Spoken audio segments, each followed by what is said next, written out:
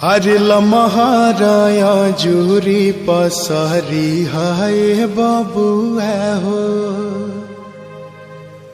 लमहर कुल परिवार है।